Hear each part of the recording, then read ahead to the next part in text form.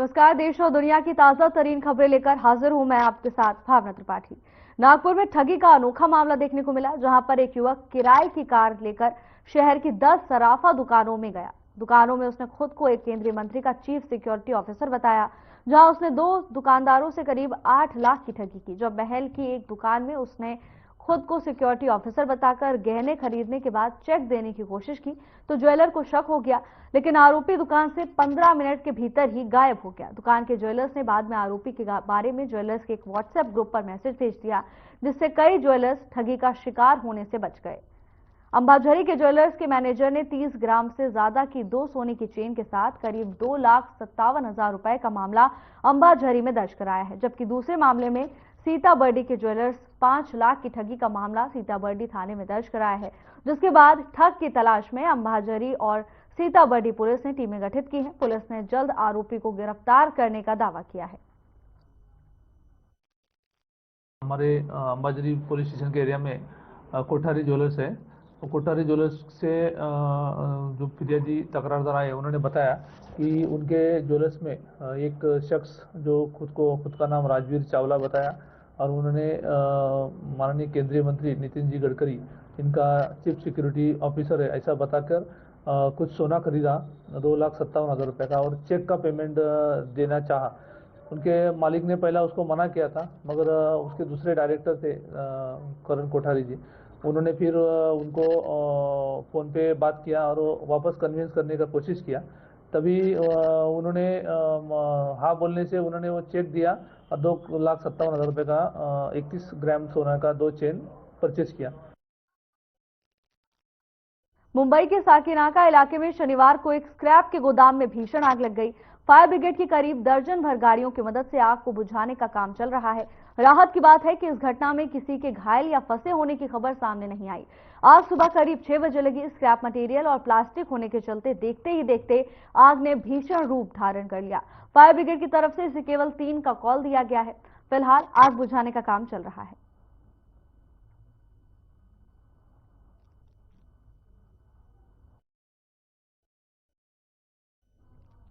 अमरावती के इरविन चौक के निकट एक व्यवसायिक कॉम्प्लेक्स की इमारत में बने ऑरेंज स्पा सेंटर में बीते बुधवार की रात सामाजिक संगठन के पदाधिकारी स्पा सेंटर में गैर कानूनी काम और देह व्यापार के संदेह में पहुंचे तो काफी हंगामा हुआ। सूचना मिलते ही कोतवाली पुलिस मौके पर पहुंची। सामाजिक संगठन का आरोप था कि हंगामे के दौरान वहां से 3 लड़कियां भाग गईं। इसके बाद पुलिस ने स्पा सेंटर के मैनेजर शर्मा को हिरासत में लिया, साथ ही उनके खिलाफ कार्रवाई कर प्रतिबंधात्मक कार्रवाई की गई।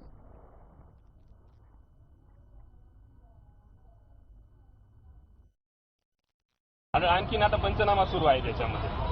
आज काही ना काही तर माहिती आहे। आज हा बोलतो सर आप बोलतो नाही, पंचनामा सुरू आहे। पंचनामा झाल्यानंतर कायदेशीर कारवाई करण्यात येईल। यामध्ये पिटाएकची कारवाई जी आहे ती कायदेशीर पद्धतीने करायची असल्यास मध्ये पंचर केस असते, त्या पद्धतीने कारवाई करणं आवश्यक असते।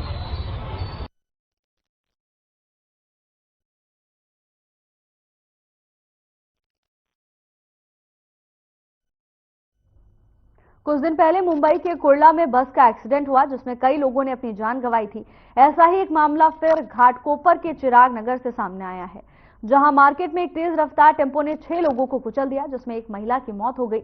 इस घटना के बाद परिसर में अफरा तफरी मच गई। घटना के बाद पुलिस ने आरोपी चालक को गिरफ्तार किया है, तो वहीं इस एक्सीडेंट में घायल लोगों को हॉस्पिटल में एडमिट किया गया। घटना के बाद एक बार फिर फुटपाथ पर चलने वाले लोगों की सुरक्षा पर प्रश्न खड़ा हो गया है। ये देखा, ये टेम्पो स्पीड में आ रही थी और एक इसको देख रहा था। एक लेडीज गाड़ी के नीचे है, उसको हम लोग खींच के निकाले। लेडीज को निकालने के बाद उसके और दो को ठोकते हुए गया, लेडीज को घसटते हुए लेके गया और 2 लेडीज और गिरी। 3 की टांग पिक्चर है।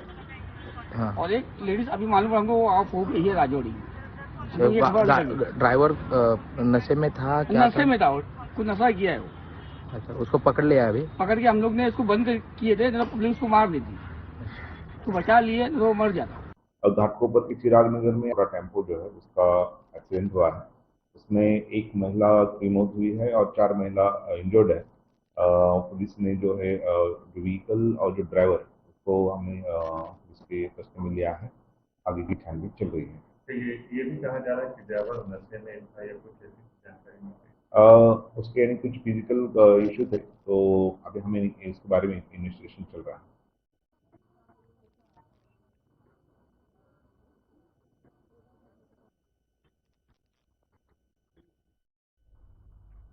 पूर्व प्रधानमंत्री मनमोहन सिंह को अंतिम विदाई दी जा रही है।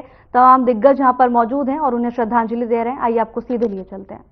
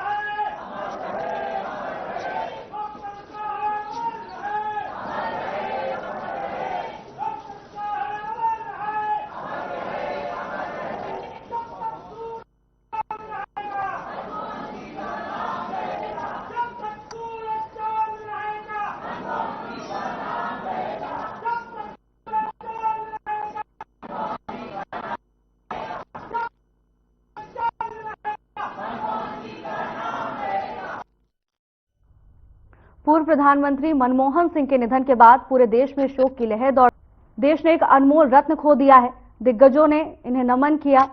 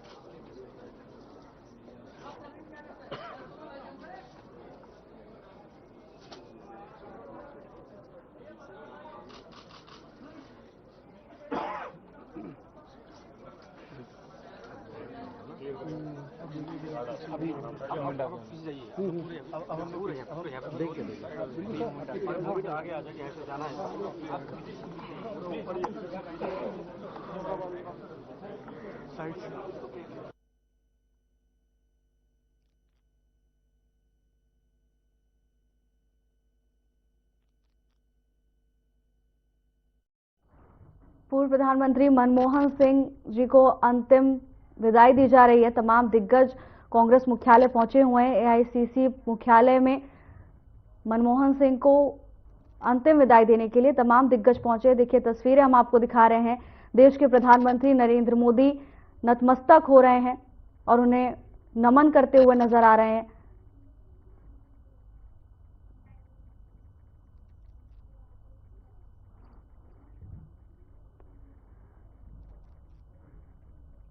पूर्व प्रधानमंत्री मनमोहन सिंह को अंतिम विदाई दी गई। तमाम दिग्गज इस दौरान मौजूद रहे।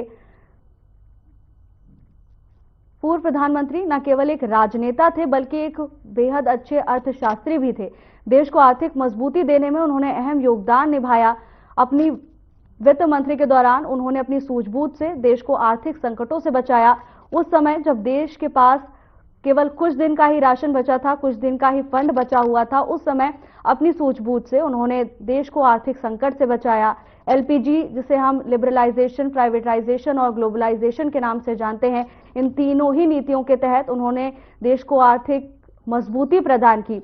आरबीआई गवर्नर के रूप में भी अपनी भूमिका निभाई। लगातार 10 साल तक प्रधानमंत्री की भूमिका निभाते रहे और राजनीतिक कद इतना बड़ा है कि कोई भी दल हो, सियासी दल में वो पक्ष में रहे हों या विपक्ष में रहे हों, सभी ने उनका सम्मान किया और यही कारण है कि सभी दल के नेता उनकी अंतिम विदाई के लिए पहुंच रहे हैं। अंतिम बार इस महान व्यक्तित्व को नमन करने के लिए तमाम दिग्गज नेता पहुंच रहे हैं।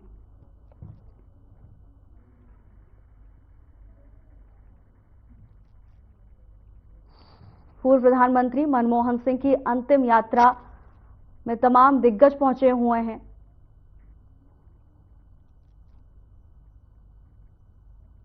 वित्त मंत्री के तौर पर भी अपनी भूमिका निभाई और इसी दौरान नरसिम्हा राव इस दौरान प्रधानमंत्री हुआ करते थे और इसी समय में उन्होंने वित्त मंत्री के रूप में कई ऐसी नीतियां लाई जो देश के लिए लाभकारी साबित हुई।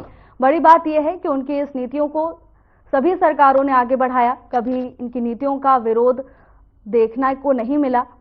लिबरलाइजेशन, प्राइवेटाइजेशन, ग्लोबलाइजेशन, इन तीनों का ही क्रेडिट पूर्व प्रधानमंत्री मनमोहन सिंह को दिया जाता है। एक अर्थशास्त्री के रूप में बेहद ही मजबूत नीतियों को उन्होंने लागू किया, जिसके तहत देश आर्थिक संकटों से न केवल निकल पाया बल्कि देश आर्थिक मामलों में संपन्न भी हो पाया। आज हम ये जो बड़ी बड़ी एमएनसीज यहाँ पर देखते हैं, कहीं ना कहीं इन सब का क्रेडिट पूर्व प्रधानमंत्री मनमोहन सिंह को ही जाता है। इसके साथ ही देश में लोगों के लिए व्यापार करने की राह को आसान बनाने के लिए भी जितना भी श्रेय है मनमोहन सिंह को ही जाता है। उनके निधन से पूरा देश स्तब्ध है। देश ने एक अनमोल रत्न खो दिया है।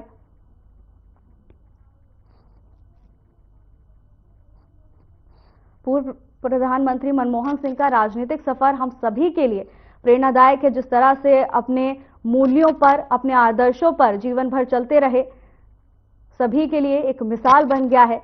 राजनीतिक सफर उनका कई राजनेताओं के लिए एक मिसाल है। पूर्व प्रधानमंत्री मनमोहन सिंह की खबर से राजनीतिक गलियारे में शोक की लहर दौड़ गई। न केवल राजनीतिक गलियारे बल्कि पूरा देश ही स्तब्ध है। आर्थिक संकट से देश को निकालने में इन्होंने अपना अहम योगदान दिया। आरबीआई गवर्नर के रूप में भी भूमिका निभाई। 10 साल तक लगातार प्रधानमंत्री रहे और इस दौरान भी देश के हित में लगातार कार्य करते रहे।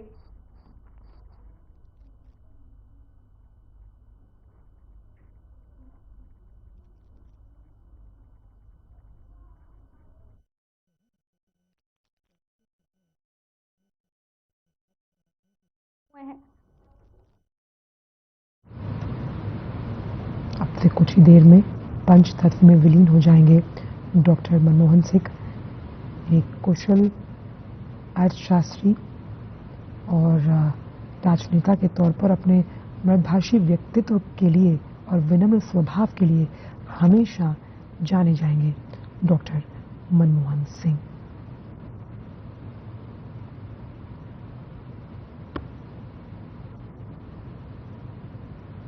चाहे अपने का कुछ ही देर में पूर्व प्रधानमंत्री मनमोहन सिंह पंचतत्व में विलीन हो जाएंगे।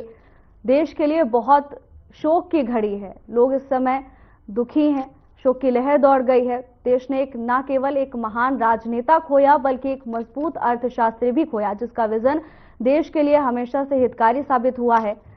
पूर्व प्रधानमंत्री की सूझबूझ से आर्थिक संकट से देश निकल पाया। तत्कालीन प्रधानमंत्री नरसिम्हा राव की सरकार में वित्त मंत्री की भूमिका अदा की उन्होंने और 1991 में देश को आर्थिक संकट से बाहर निकालने में महत्वपूर्ण योगदान उन्होंने दिया। एक अर्थशास्त्री के रूप में जितना हो सकता था उन्होंने देश के लिए किया।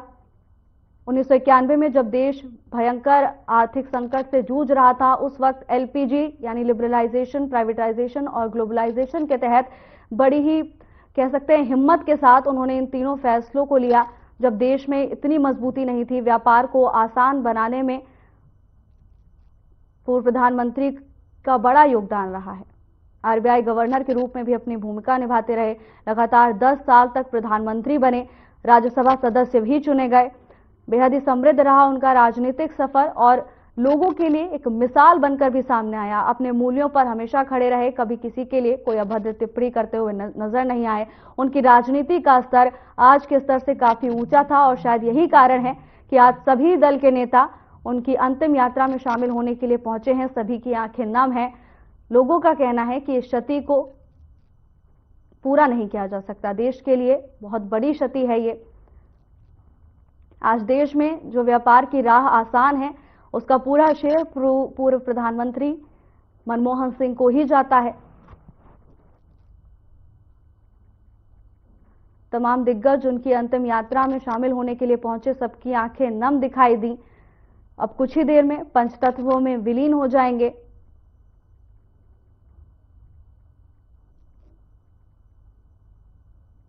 पूर्व प्रधानमंत्री न केवल एक महान राजनेता बल्कि एक बहुत अच्छे अर्थशास्त्री भी थे। उनके अर्थशास्त्र के ज्ञान की बदौलत ही आज देश में आर्थिक मजबूती की राह शुरू हो पाई है। आत्मनिर्भर होने की जो बात आज कही जा रही है, कहीं ना कहीं इसकी नींव पूर्व प्रधानमंत्री मनमोहन सिंह ने ही रखी। तमाम नीतियों को लागू करके देश को आर्थिक मजबूती उन्होंने प्रदान की है।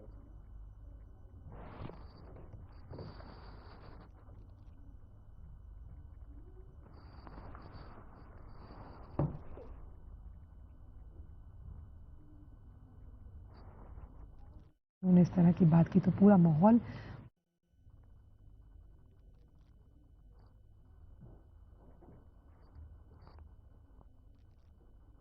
पूर्व प्रधानमंत्री मनमोहन सिंह पंचतत्व में विलीन होने जा रहे हैं। सभी की आंखें नम हैं।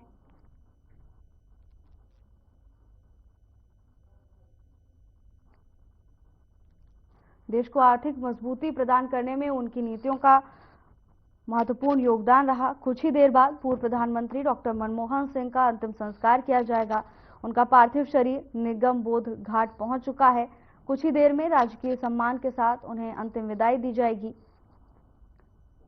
उनके इस अंतिम यात्रा में राष्ट्रपति, उपराष्ट्रपति, प्रधानमंत्री मोदी समेत कई दिग्गज शामिल होंगे।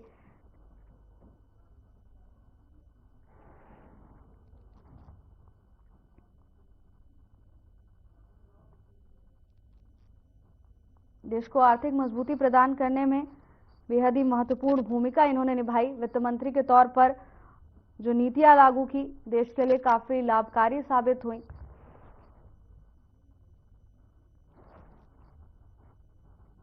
पूर्व प्रधानमंत्री सभी नेताओं के लिए एक मिसाल की तरह सामने आए। जिस तरह हमेशा अपने मूल्यों पर वो चलते रहे, यही कारण है कि आज सभी उन्हें अपनी प्रेरणा मानते हैं।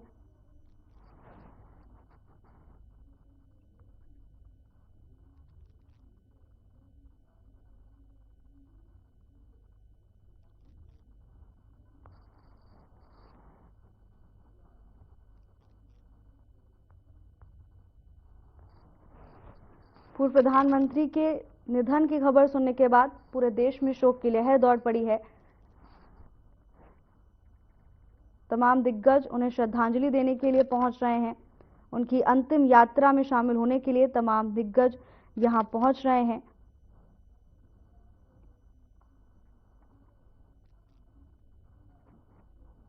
बानवे साल की उम्र में 26 दिसंबर की रात 9:52 पर एम्स में उन्होंने अंतिम सांस ली। एम्स की माने तो अचानक तबियत बिगड़ने के बाद रात में गंभीर हालत में उन्हें अस्पताल ले जाया गया था। देश के 14वें प्रधानमंत्री मनमोहन सिंह बेहद कम ही बोलते थे।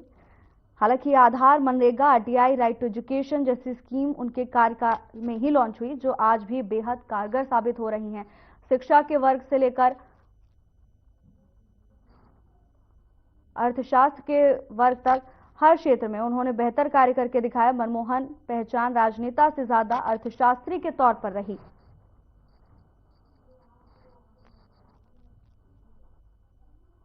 यूपीए सरकार में 10 साल तक प्रधानमंत्री रहे और इस दौरान भी लोगों के लिए तमाम तरह की जनहितैषी योजनाएं उन्होंने लागू की।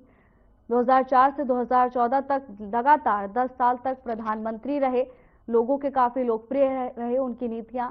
जनता को इतनी पसंद आती थी। 1991 में पहली बार राज्यसभा के सदस्य भी चुने गए थे।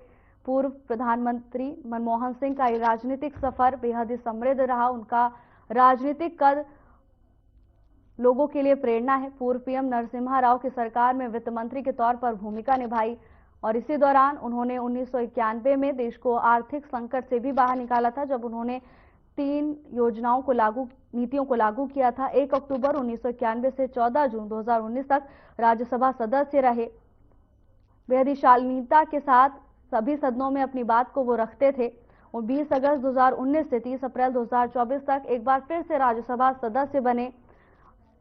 पूर्व प्रधानमंत्री अपने व्यक्तित्व के लिए भी जाने जाते हैं। जितने अच्छे अर्थशास्त्री हैं, जितने अच्छे प्रधानमंत्री रहे, उतने अच्छे ही व्यक्तित्व वाला उन्हें माना जाता है। 1998 से 2004 तक सदन में नेता प्रतिपक्ष का पद भी संभाला था और पुरजोर तरीके से जनता के मुद्दे सदन में उठाते थे। 1985 में योजना आयोग का उपाध्यक्ष नियुक्त किया गया था और इस दौरान भी अपनी सूझबूझ से देश के लिए सभी तरह के हित की योजनाएं उन्होंने लागू की।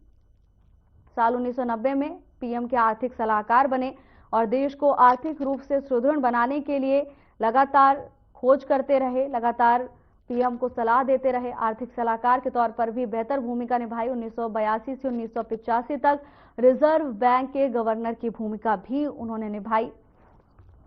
जितने मजबूत राजनेता थे, उतनी ही अच्छी छवि उनके एक अर्थशास्त्री के तौर पर भी थी। संयुक्त राष्ट्र सम्मेलन के लिए आर्थिक मामलों के अधिकारी भी नियुक्त किए गए थे।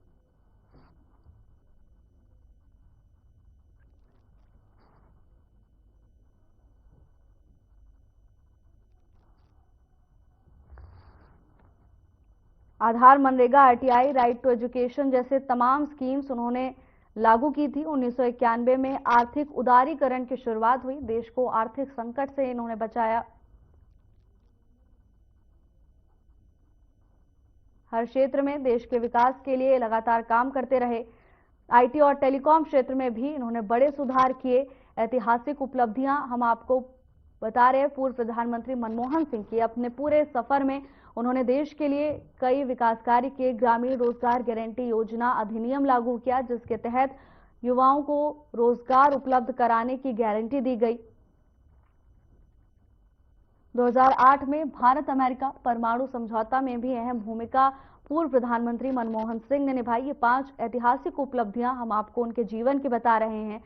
देश के लिए लगातार काम करते रहे। शिक्षा के क्षेत्र में कई ऐतिहासिक सुधार किए। राइट टू एजुकेशन, जिसे आज हम शिक्षा का अधिकार कहते हैं, इन्हीं के कार्यकाल में लागू की गई थी, जिसके तहत शिक्षा को बेहतर बनाने का कार्य किया गया। यूपीए सरकार में 10 साल तक प्रधानमंत्री की भूमिका इन्होंने निभाई। लगातार 10 साल तक प्रधानमंत्री के पद पर बने रहे। तमाम जनहितैषी योजनाएं अपने कार्यकाल में लागू की, जो आज तक आगे चलती आ रही हैं, आज के समय में भी कारगर साबित हो रही हैं। 2004 से 2014 तक लगातार 10 साल तक प्रधानमंत्री रहे।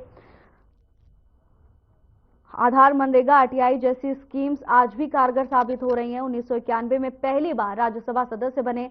दोनों ही सदनों में अपनी बात को बेहद शालीनता के साथ पूर्व प्रधानमंत्री रखते थे। कभी अपने मूल्यों से समझौता नहीं किया, कभी किसी पर गलत टिप्पणी नहीं की। पूर्व पीएम नरसिम्हा राव की सरकार में वित्त मंत्री के तौर पर भूमिका निभाई।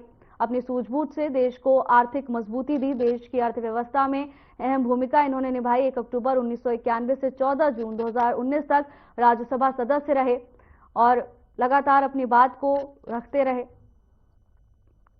जनहित के मुद्दे उठाए। 20 अगस्त 2019 से 3 अप्रैल 2024 तक फिर से राज्यसभा के सदस्य बने। पूर्व प्रधानमंत्री के भाषण लोगों के लिए एक मिसाल की तरह दिखाए जाते हैं। उनका व्यवहार लोगों के लिए एक मिसाल है। 1998 से 2024 तक सदन में नेता प्रतिपक्ष 2004 तक 1998 से 2004 तक सदन में नेता प्रतिपक्ष की भूमिका निभाई। जनता के मुद्दे उठाते रहे। 1985 में योजना आयोग का उपाध्यक्ष इन्हें नियुक्त किया गया और इस दौरान भी अपनी सूझबूझ से देश को मजबूती देते रहे। साल 1990 में पीएम के आर्थिक सलाहकार के तौर पर भी इन्होंने काम किया। पूर्व प्रधानमंत्री मनमोहन सिंह के राजनीतिक सफर बेहद समृद्ध रहा। तमाम अहम भूमिकाएं उन्होंने निभाई। 1982 से 1985 तक रिजर्व बैंक के गवर्नर की भूमिका भी उन्होंने निभाई। हर क्षेत्र में मनमोहन सिंह काम करते रहे। संयुक्त राष्ट्र सम्मेलन के लिए आर्थिक मामलों के अधिकारी भी बने, यानी कह सकते हैं कि अपना पूरा जीवन पूर्व प्रधानमंत्री मनमोहन सिंह देश को समर्पित कर गए। संयुक्त राष्ट्र सम्मेलन के लिए आर्थिक मामलों के अधिकारी बने। 1966 से 1959 तक आर्थिक मामलों के अधिकारी का पद भी इन्होंने संभाला। अपना पूरा जीवन देश के विकास के लिए न्यौछावर कर गए पूर्व पीएम मनमोहन सिंह। 1991 में उदारीकरण की शुरुआत हुई, जब देश आर्थिक संकट से जूझ रहा था। प्रधानमंत्री नरसिम्हा राव के शासन में उन्होंने वित्त मंत्री के तौर पर अपनी भूमिका निभाई। आईटी और टेलीकॉम क्षेत्र में बड़े सुधार भी उन्होंने किए, यानी कि हर क्षेत्र में देश के विकास के लिए हमेशा काम करते हुए नजर आए। उनके मौन स्वभाव के लिए उन्हें जाना जाता है, लेकिन उनका काम अभी भी बोल रहा है। ग्रामीण रोजगार गारंटी योजना अधिनियम लागू किया गया, जो योजनाएं उनके कार्यकाल में लागू की गई आज भी कारगर साबित होती है। आज के परिप्रेक्ष्य में भी देखा जाए तो सभी योजनाएं बेहद लाभदायक जनता के लिए साबित होती हैं। 2008 में भारत अमेरिका परमाणु समझौता में भी अहम भूमिका उन्होंने निभाई। देश को हर क्षेत्र में समृद्ध बनाने के लिए लगातार काम करते रहे। शिक्षा के क्षेत्र में भी कई ऐतिहासिक सुधार किए। राइट टू एजुकेशन स्कीम की शुरुआत पूर्व प्रधानमंत्री मनमोहन सिंह की ओर से ही की गई थी। अब कुछ ही देर में पंचतत्वों में विलीन हो जाएंगे। यूपीए सरकार में लगातार 10 साल तक प्रधानमंत्री की भूमिका निभाई। अपने कार्यकाल में उन्होंने जो योजनाएं लागू की वो आज भी कारगर साबित होती है। आज के परिप्रेक्ष्य में देखा जाए तो आज भी जनता के लिए बेहद लाभदायी है। 2004 से 2014 तक लगातार 10 साल तक प्रधानमंत्री बने रहे। अपने कार्यकाल में देश के विकास के लिए कई तरह की योजनाएं उन्होंने चालू की। 1991 में पहली बार राज्यसभा सदस्य बने। बड़ी शालीनता के साथ सदन में अपनी बातों को रखते थे। तमाम मुद्दे सदन में हमेशा से ही उठाते रहे। देश के विकास के लिए हमेशा से चिंतित रहे। पूर्व पीएम नरसिम्हा राव की सरकार में वित्त मंत्री के तौर पर अहम भूमिकाएं निभाई। 1991 अगर बात करें तो देश के लिए एक बड़े संकट का साल था, जब देश के पास कुछ दिन का भी फंड नहीं बचा था। तब एलपीजी के जरिए देश को आर्थिक मजबूती दी। 1 अक्टूबर 1991 से 14 जून 2019 तक राज्यसभा सदस्य रहे। 1991 से 14 जून 2019 तक का उनका ये कार्यकाल रहा। 20 अगस्त 2019 से 3 अप्रैल 2024 तक फिर एक बार राज्यसभा सदस्य रहे। अपना पूरा जीवन उन्होंने देश के विकास के लिए लगा दिया। 1998 से 2004 तक सदन में नेता प्रतिपक्ष का पद भी संभाला था और इस दौरान भी जनता के मुद्दों को बड़ी मजबूती के साथ सदन में उठाते रहे। 1985 में योजना आयोग का उपाध्यक्ष उन्हें नियुक्त किया गया था। देश में अलग अलग वर्ग में काम करते नजर आए। न केवल इन्होंने एक अर्थशास्त्री के तौर पर बल्कि प्रधानमंत्री के तौर पर भी अपनी भूमिका निभाई और देश को मजबूती प्रदान की। फिलहाल के लिए बस इतना ही। जल्द हाजिर होंगे नई अपडेट्स के साथ। नमस्कार।